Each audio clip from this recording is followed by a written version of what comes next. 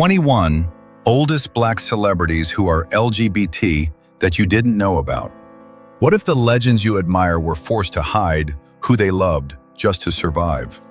Long before visibility meant protection, these Black icons risked everything: careers, safety, legacy, simply by living truthfully. Their names were erased, their stories rewritten, their courage overlooked. Today on Black Excellence Legends, we uncover the hidden lives of trailblazers who shaped culture while fighting silence from every direction. This is not gossip. This is history rarely taught and often ignored. Watch closely, question what you thought you knew, and tell us in the comments, was society ever ready for their truth? James Baldwin. James Baldwin stands as one of the most fearless intellectual voices of the 20th century, not only because of what he wrote, but because of how he lived. Born in 1924 in Harlem, Baldwin came of age in a society that punished Black identity and erased queer existence.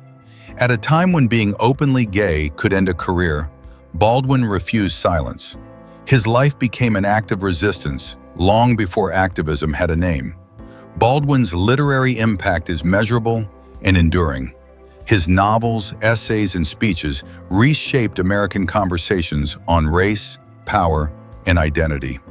Go Tell It on the Mountain, 1953, introduced him as a major literary force, while Giovanni's Room, 1956, broke unprecedented ground by centering same-sex love at a time when such stories were considered unpublishable. The book was rejected by multiple publishers before release, yet it later became one of the most influential LGBTQ+ novels of the 20th century. Facing relentless racism and homophobia in the United States, Baldwin left for Paris in his 20s. Exile was not escape, but survival. In Europe, he found the distance needed to write freely, producing essays like Notes of a Native Son that dissected America with clarity and moral urgency. Baldwin never separated race from sexuality. He argued that liberation could not be partial. Freedom to him was indivisible. Despite international acclaim, Baldwin paid a personal price. He was criticized by parts of the Black community for his sexuality and dismissed by white audiences for confronting racial hypocrisy. Yet he persisted, appearing in debates, universities, and television programs, speaking with unfiltered honesty until his death in 1987 at age 63. James Baldwin's legacy is not simply literary. He proved that living truthfully, even when misunderstood, can change culture. Long before visibility became protection, Baldwin existed openly, leaving behind words that still demand courage from those who read them today. Audre Lorde. Audre Lorde was never content with quiet acceptance. Born in 1934 in New York City, she emerged as a poet, essayist, and activist who refused to separate identity into neat categories: Black, lesbian, feminist, mother, warrior, poet. Lorde insisted that every part of herself mattered, especially in a society that demanded silence from those who lived at the margins. Her influence extended far beyond literature.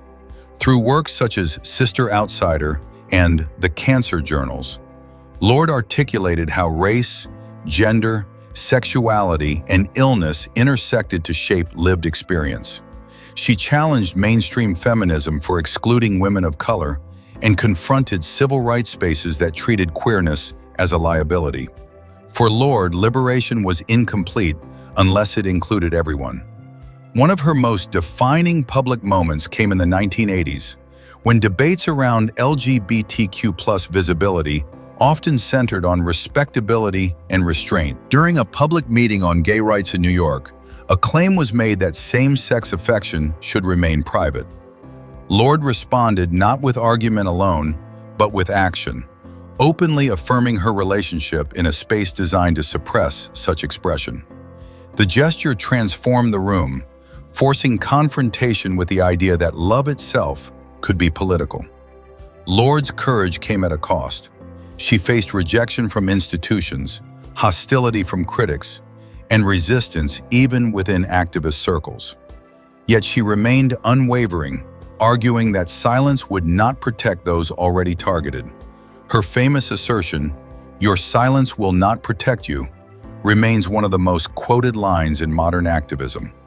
Audre Lorde died in 1992 at age 58, but her legacy endures as a blueprint for intersectional truth. She showed that visibility is not vanity, it is survival, and that loving openly can challenge systems built on fear. Bayard Rustin. Bayard Rustin was one of the most influential figures in the American civil rights movement, and one of the most deliberately hidden. Born in 1912, Rustin was a master strategist, organizer, and advocate of nonviolent resistance. His fingerprints were everywhere, even when his name was nowhere to be found. Rustin played a central role in shaping the philosophy and logistics of the movement, advising leaders on Gandhian nonviolence and organizing mass action. His greatest achievement came in 1963, when he served as the chief architect of the March on Washington. In fewer than 8 weeks, he coordinated transportation, security, staging, and messaging for more than 250,000 people. The event became one of the defining moments of 20th century American history. Yet Rustin paid a heavy personal price for his openness. As a gay man, he was seen as a vulnerability by fellow activists who feared public backlash. Political opponents used his sexuality to discredit the movement, and allies often responded by pushing him out of leadership roles. Despite his brilliance, Rustin was frequently forced to work behind the scenes, denied the recognition given to others. Rustin never denied who he was. When confronted with prejudice from within the movement, he challenged the hypocrisy directly, questioning why justice could be selective. Even when sidelined, he continued organizing, believing that progress mattered more than personal credit. In later years, Rustin expanded his advocacy to include LGBTQ+ rights, linking struggles for racial equality and sexual freedom. He died in 1987 at age 75, having lived long enough to see parts of his vision realized, but not the full acknowledgement he deserved. Bayard Rustin's story reminds us that history often celebrates speeches while forgetting the architects. His life proves that courage does not always stand at the microphone. Sometimes it builds the stage and steps aside anyway. Marsha P. Johnson. Marsha P. Johnson was never trying to become a symbol, yet history made her one. Born in 1945, Johnson lived at the intersection of identities society worked hardest to erase: Black, queer, gender non-conforming, poor. At a time when visibility often meant danger, her existence alone challenged the limits imposed by race, gender, and class. Johnson became widely associated with the 1969 Stonewall Uprising, a turning point in LGBTQ+ history. While historians continue to clarify exact timelines and actions, what remains undisputed is her presence as a frontline activist in the years that followed. She co-founded the Street Transvestite Action Revolutionaries, STAR, one of the first organizations dedicated to supporting homeless, transgender youth, many of whom had been rejected by their families and society. Marsha's activism was not built in lecture halls or institutions. It came from lived reality. She survived poverty, harassment, and repeated arrests, yet refused to retreat into invisibility. Her approach was rooted in mutual care, community protection, and unapologetic self-expression. When others sought respectability, Johnson chose compassion for those left behind. Her life was marked by constant vulnerability. Mental health struggles, economic instability, and violence followed her until her death in 1992 at age 46. Yet reducing her story to tragedy misses its meaning. Johnson transformed survival into resistance, insisting that joy, visibility, and love were political acts for those denied safety. Marsha P. Johnson's legacy lies not in perfection or polish, but in courage under relentless pressure. She reminded the world that liberation must include the most marginalized, or it is not liberation at all. Long before inclusion became language, Marsha lived the truth that no one is free until everyone is seen. Alvin Ailey. Alvin Ailey reshaped modern dance by placing Black life, history, and emotion at the center of the stage.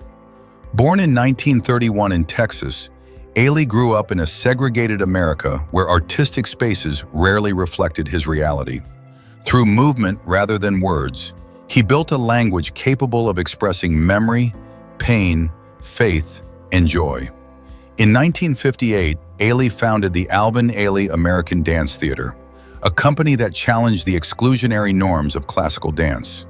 His most celebrated work, Revelations, 1960, drew directly from African American spirituals and personal experience.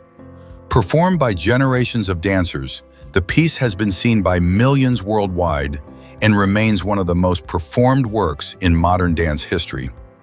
While Ailey never publicly labeled his sexuality during his lifetime, scholars and biographers have documented that he was a gay man navigating an era where openness could end careers. Rather than public declarations, Ailey embedded emotional truth into his choreography. Themes of longing, isolation, resilience, and transcendence run throughout his work, reflecting a deeply personal understanding of marginalization. Ailey's influence extended far beyond choreography. He created pathways for Black dancers in global institutions and redefined what American dance could represent. Despite professional success, he struggled privately with mental health challenges, a reality he kept largely hidden while maintaining artistic excellence. Alvin Ailey died in 1989 at age 58, but his vision continues to move across stages worldwide. His legacy proves that identity does not need explanation when it is fully expressed. Through motion, Ailey told stories that history tried to silence and ensured they could never be ignored again. Angela Davis. Angela Davis has never separated personal truth from political struggle. Born in 1944, she rose to international prominence as a scholar, activist, and symbol of resistance during the height of the civil rights and Black liberation movements. Her work confronted racism, mass incarceration, capitalism, and patriarchy at a time when dissent was criminalized and radical voices were targeted by the state. Davis gained global attention in 1970 after being arrested and later acquitted in a highly publicized political case. Rather than silencing her, the experience amplified her influence. She became a leading intellectual voice, teaching, writing, and speaking on liberation as a collective process rather than a single-issue fight. Central to her philosophy was the belief that freedom must include those most marginalized. As conversations around sexuality evolved, Davis spoke openly about being queer later in life, challenging the assumption that LGBTQ+ identity was incompatible with Black radical politics. She rejected the idea that sexuality should be hidden to preserve credibility, arguing instead that honesty strengthens movements. Her refusal to compartmentalize identity forced audiences to confront how liberation movements often exclude voices that do not fit dominant norms. Davis's legacy is built on consistency. She did not perform activism for applause, nor did she soften her positions for comfort. Whether addressing prisons, feminism, or LGBTQ+ rights, she maintained that justice cannot be selective. Her public presence demonstrated that courage does not require spectacle, only commitment. Angela Davis remains active today, continuing to speak and write with the same clarity that defined her early years. Her life shows that telling the truth, even when inconvenient, reshapes public thought. She stands as proof that authenticity itself can be a revolutionary act. Alice Walker. Alice Walker changed American literature by centering voices that had long been ignored. Born in 1944, she emerged as a powerful writer whose work explored race, womanhood, trauma, and healing with unflinching honesty. Her novel The Color Purple earned the Pulitzer Prize in 1983 and became a cultural landmark, telling a story of survival, intimacy, and self-discovery among Black women in the early 20th century. Walker's writing challenged not only racism, but also rigid ideas about love and gender. As her public profile grew, she spoke openly about loving women and identifying as bisexual, a stance that placed her at odds with parts of the Black community and feminist circles alike. At a time when same-sex relationships were still heavily stigmatized, her honesty came with professional and personal consequences. Rather than retreat, Walker expanded her work. Through essays, poetry, and activism, she argued that love does not require justification. She rejected the demand that artists explain their identities in acceptable terms, insisting that truth should never be negotiated for approval. Her refusal to separate creativity from personal freedom became a defining feature of her legacy. Walker faced criticism, misinterpretation, and isolation, yet her influence only deepened. Her work opened space for later generations of writers to explore queer identity without apology. Importantly, she framed love not as rebellion, but as a human right denied by fear. Alice Walker's contribution extends beyond awards or sales. She rewrote the boundaries of what Black literature could hold, proving that authenticity is not a weakness, but a source of enduring power. Don Lemon. Don Lemon's career unfolded in one of the most unforgiving arenas imaginable: American broadcast news. Born in 1966, Lemon rose through local journalism to become a nationally recognized anchor, eventually holding a primetime role on CNN. His work placed him at the center of political debate, racial discourse, and cultural conflict, where neutrality is demanded but authenticity is often punished. In 2011, Lemon publicly came out as gay, a decision that carried professional risk in an industry still cautious about openly LGBTQ+ figures, especially Black men. Rather than turning his identity into a spectacle, Lemon framed it as context, part of who he was, not the headline of his career. The announcement did not shield him from criticism. He faced attacks from political opponents, media critics, and even viewers who questioned his credibility based on sexuality rather than journalism. Lemon continued to report without retreat. He addressed race, policing, inequality, and social justice with a directness that polarized audiences. His willingness to speak candidly on air made him both influential and controversial. Unlike earlier generations forced into silence, Lemon existed openly within mainstream media, challenging the idea that visibility must come at the cost of professionalism. His career trajectory illustrates the pressure placed on Black LGBTQ+ figures who operate in public-facing institutions. Lemon was often expected to represent multiple communities at once while absorbing disproportionate scrutiny. Yet he persisted, remaining visible during moments when retreat would have been easier. Don Lemon's story is not about universal approval. It is about endurance under exposure. His presence demonstrated that truth-telling does not become less valid when it comes from someone living openly. In an era defined by performance and outrage, Lemon's career underscores how authenticity itself can unsettle systems built on silence. Wanda Sykes. Wanda Sykes has always understood the power of timing, not just in comedy, but in truth. Born in 1964, she built a successful career as a stand-up comedian, writer, and performer, earning respect long before she ever spoke publicly about her personal life.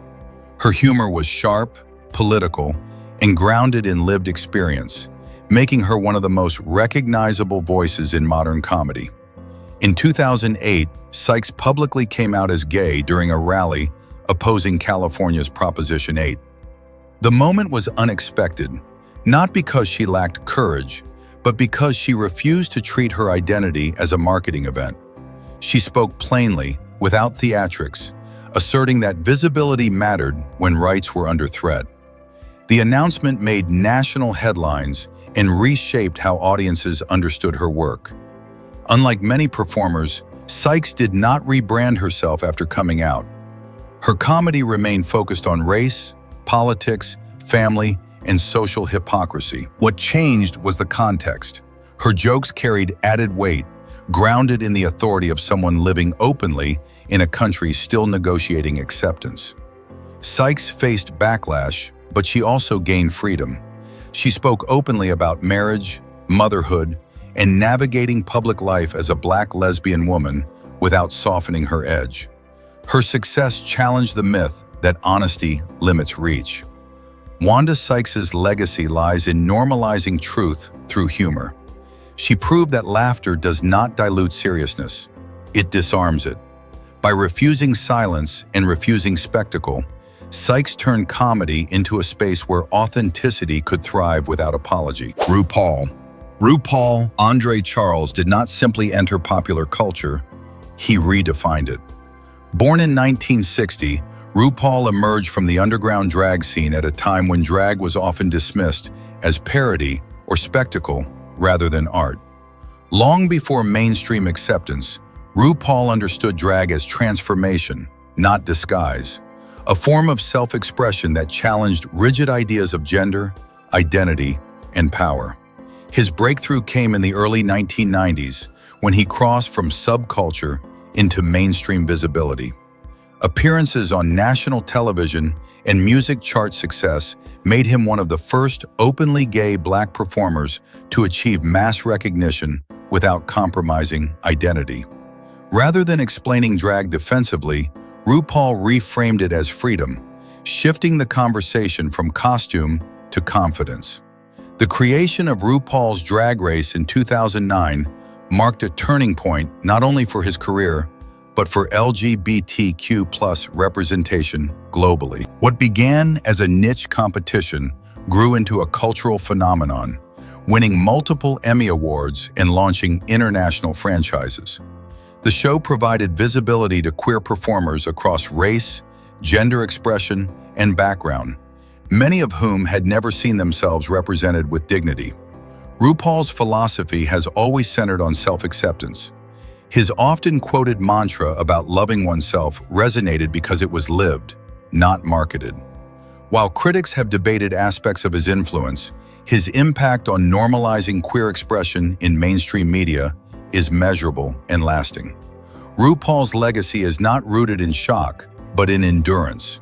He transformed what society once mocked into something celebrated, proving that authenticity, when sustained over time, can reshape culture itself. Lee Daniels entered Hollywood with a refusal to sanitize reality. Born in 1959, he began his career as a casting director before moving into filmmaking, carrying with him an understanding of how stories are filtered and who is often excluded. From the beginning, Daniels made it clear that his work would center people rarely afforded complexity on screen.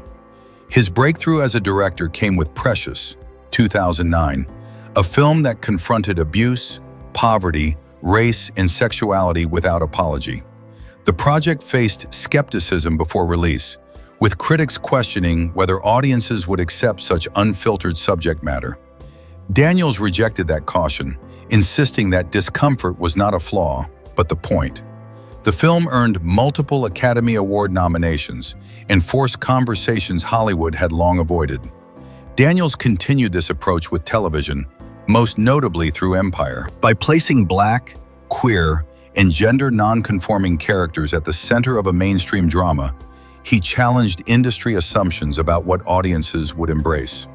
Importantly, these characters were not framed as side stories, but as essential forces within the narrative. As an openly gay Black filmmaker, Daniels has spoken candidly about navigating an industry that often demands compromise. Rather than softening his vision, he doubled down, using visibility as leverage to expand representation rather than dilute it. Lee Daniels' work demonstrates that progress is rarely comfortable. His legacy lies in forcing space open, not by asking permission, but by occupying it fully. Through storytelling that refuses erasure, Daniels helped reshape who gets to be seen, heard, and centered in modern entertainment. Billy Porter. Billy Porter has never treated visibility as decoration. Born in 1969, he built a career across theater, music, and television long before global fame arrived. A classically trained performer, Porter earned a Tony Award in 2013 for Kinky Boots, where his performance merged vulnerability, power, and gender expression on one of the world's most traditional stages. Yet mainstream recognition came later, and it came on his own terms. In 2019, Porter appeared on the Academy Awards red carpet wearing a custom tuxedo gown. The image traveled instantly across the world, not because it was shocking, but because it disrupted a system that relied on strict binaries. Porter did not frame the moment as provocation. He described it as truth, a refusal to compartmentalize masculinity and femininity to satisfy comfort. As an openly gay Black man, Porter has spoken candidly about the cost of honesty in entertainment. For years, he was told his identity limited his marketability. Rather than conforming, he endured professional stagnation, surviving on talent while waiting for a culture ready to catch up. That patience reshaped the conversation around gender presentation in Hollywood. Porter later revealed he had been living with HIV since 2007, choosing to disclose his status publicly to challenge stigma in silence. The revelation reframed his advocacy, turning personal survival into collective visibility. He emphasized that shame, not illness, causes the deepest harm. Billy Porter's influence extends beyond fashion or awards. He redefined how public figures can inhabit their bodies without apology. His presence proves that representation is not about fitting in. It is about expanding the space so others no longer have to shrink. Ma Rainey. Ma Rainey, born Gertrude Pridgett in 1886, lived decades ahead of the conversations that would later define gender and sexuality. Known as the Mother of the Blues, she rose to prominence in the early 20th century, shaping American music at a time when Black women were denied both agency and autonomy. Through her voice, she claimed both. Rainey's music spoke openly about desire, independence, and pleasure. In songs like Prove It On Me Blues, she challenged heterosexual norms with lyrics that openly referenced same-sex relationships. At a time when such expressions could provoke violence or erasure, Rainey embedded truth into rhythm, allowing music to carry what society refused to hear. Her performances were equally defiant. Rainey commanded stages across the United States, projecting authority through her presence and style. She dressed boldly, lived unapologetically, and rejected respectability politics long before the term existed. Her queerness was not framed as confession. It was woven naturally into her artistry. Despite commercial success, Rainey faced constant scrutiny from a segregated industry that profited from her talent while restricting her freedom. Yet she remained uncontained, influencing generations of musicians who followed, including Bessie Smith. Ma Rainey died in 1939 at age 53, but her legacy endures as proof that queer Black expression did not begin in secrecy, it began in song. She sang truths that history later tried to forget, and in doing so, carved space for voices still rising today. Josephine Baker. Josephine Baker did far more than entertain. She confronted power on its own stage.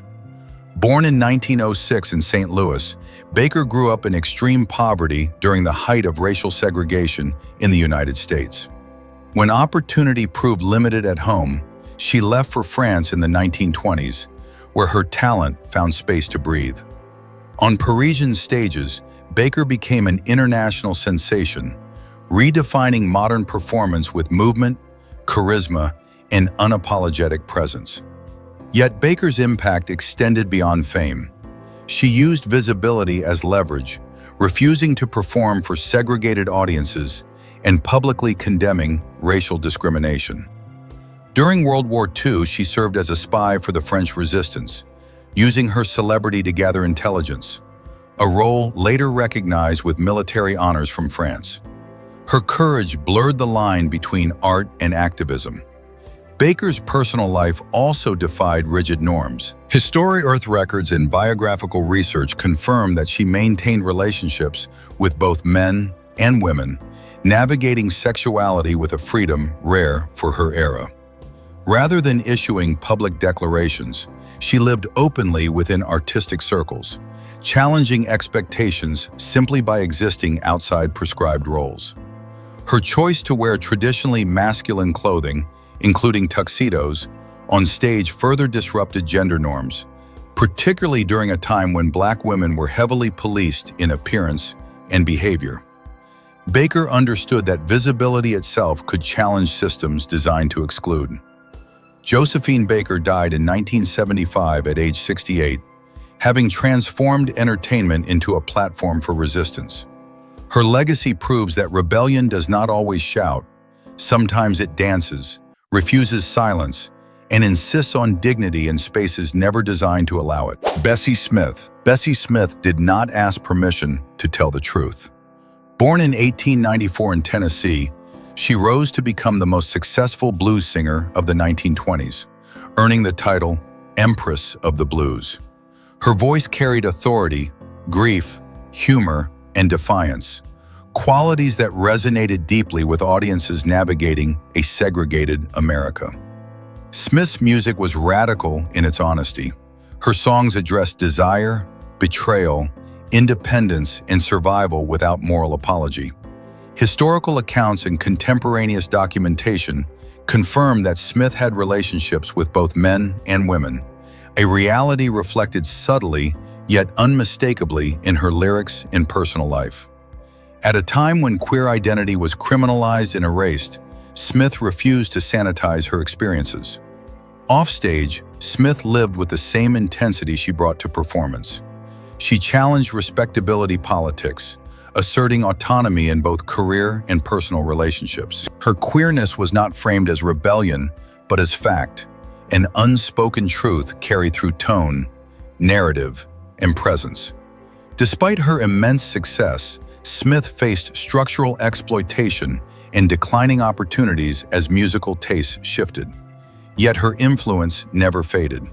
Later generations of singers drew from her emotional depth and fearless expression, recognizing her as a foundational voice in American music. Bessie Smith died in 1937 at age 43.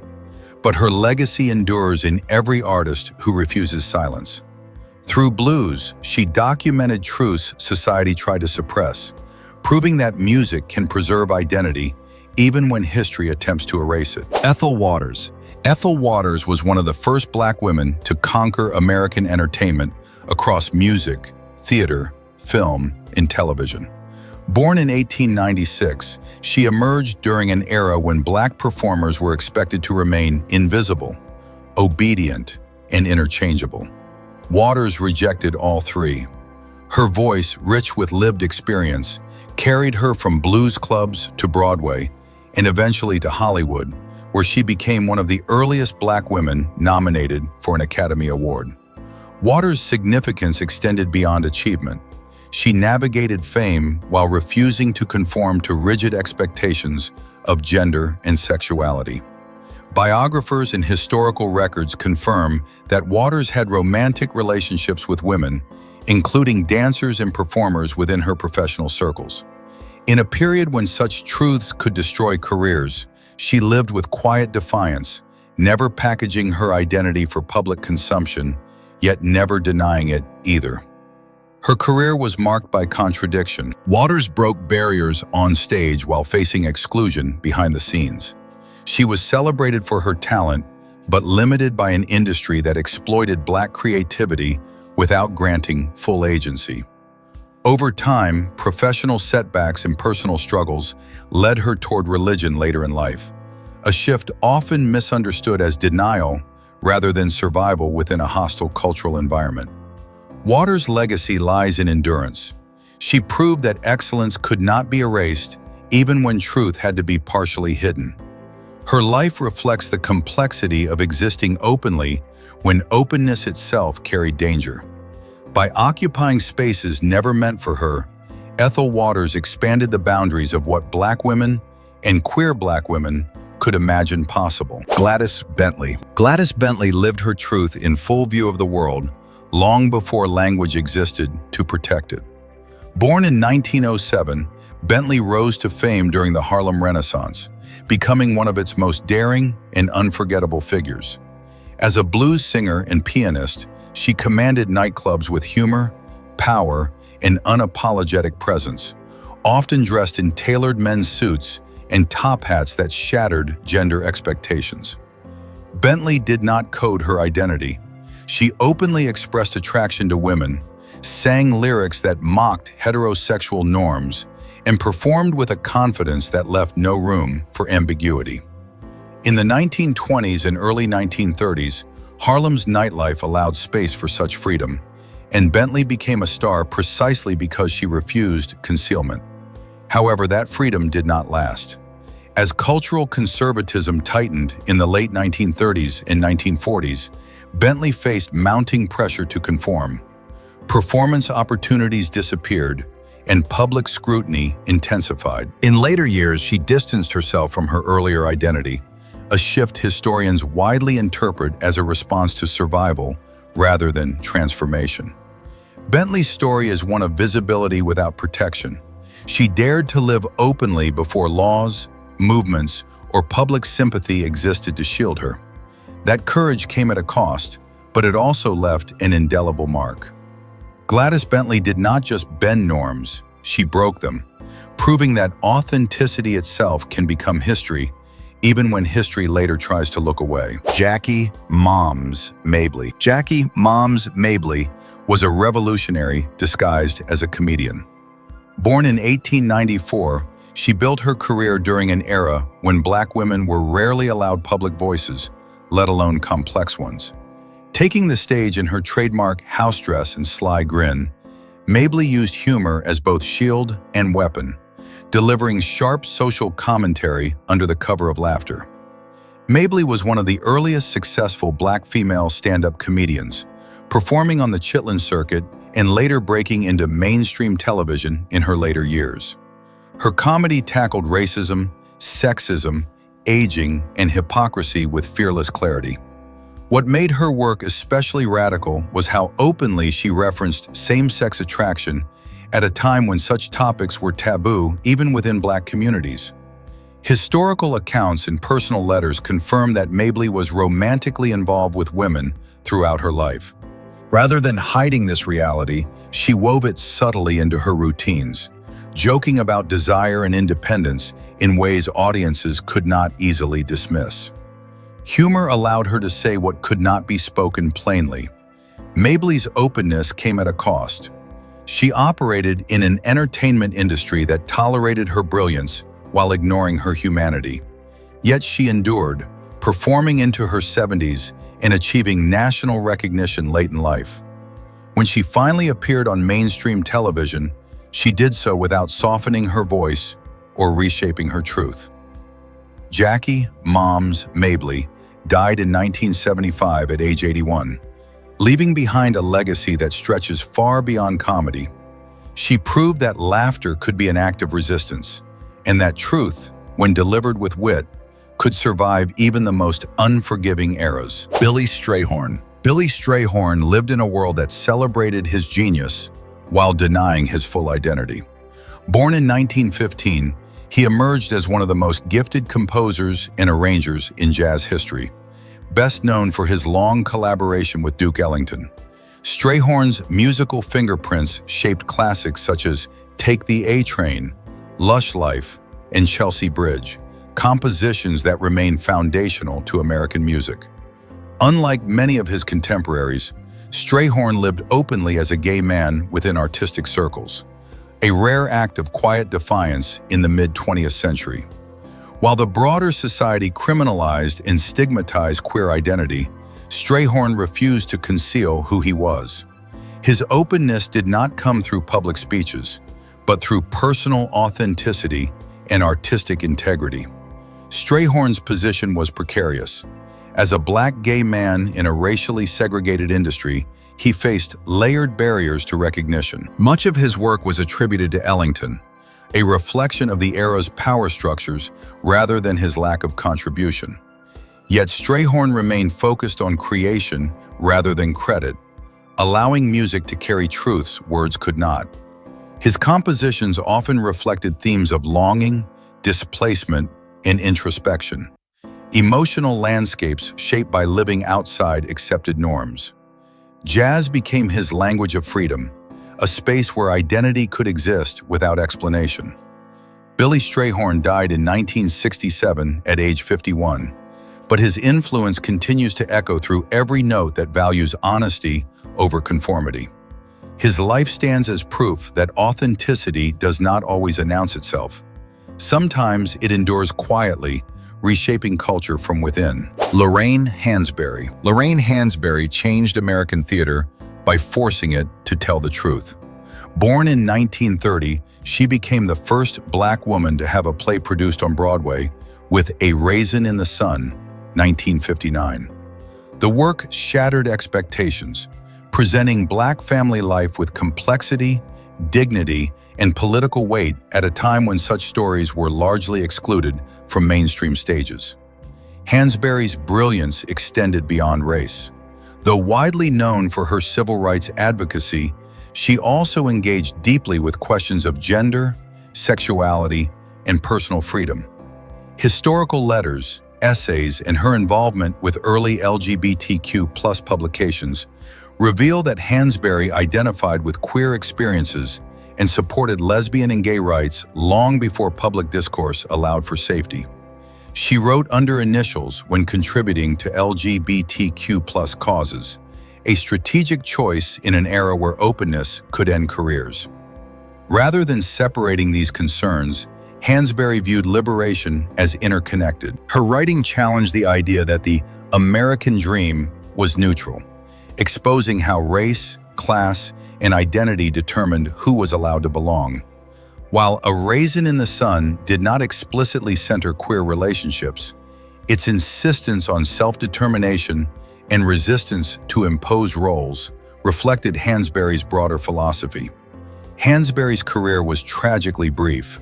She died in 1965 at age 34, leaving behind unfinished work and unrealized potential. Yet her influence continues to expand. Later generations of playwrights, activists, and scholars have recognized her as a foundational figure in both Black cultural history and queer intellectual thought. Lorraine Hansberry proved that challenging society does not always require explicit declaration. Sometimes it means rewriting the story so thoroughly that exclusion itself becomes impossible to ignore. Barbara Jordan. Barbara Jordan did not need spectacle to command attention. Born in 1936 in Houston, Texas, she rose from segregated classrooms to become one of the most respected voices in American politics. In 1972, she became the first Black woman elected to the U.S. Congress from the South, a historic achievement grounded in discipline, intellect, and moral clarity. Jordan's national prominence peaked during the Watergate hearings, where her constitutional expertise and measured delivery captivated the country. Her speeches were precise, rooted in law rather than emotion, and they redefined public trust in political leadership. She did not raise her voice, she elevated the conversation. While Jordan was intensely private, historians and biographers have documented that she shared her life with a long-term same-sex partner. In an era when political survival depended on conformity, Jordan chose discretion over disclosure, not out of shame, but strategy. Her silence was not denial. It was a calculated refusal to let identity be weaponized against her work. Jordan advocated relentlessly for equality, education, and voting rights, understanding that representation carried responsibility. She expanded access not by centering herself, but by insisting institutions live up to their principles. Her legacy is built on substance rather than symbolism. Barbara Jordan died in 1996 at age 59, remembered as a stateswoman whose presence reshaped American democracy. Her life reminds us that courage does not always announce itself loudly. Sometimes it stands firm, speaks clearly, and changes history without asking permission. So here's the question that still divides opinions today. Were these pioneers heroes ahead of their time, or victims of a world that refused to change? Some chose visibility, others chose survival through silence. Both paid a price. Their stories force us to ask whether progress truly honors those who suffered for it, or only celebrates them after it's safe. At Black Excellence Legends, we believe these conversations matter. Now it's your turn. Whose story impacted you the most, and why? Drop your thoughts in the comments, subscribe, and keep this legacy alive through dialogue.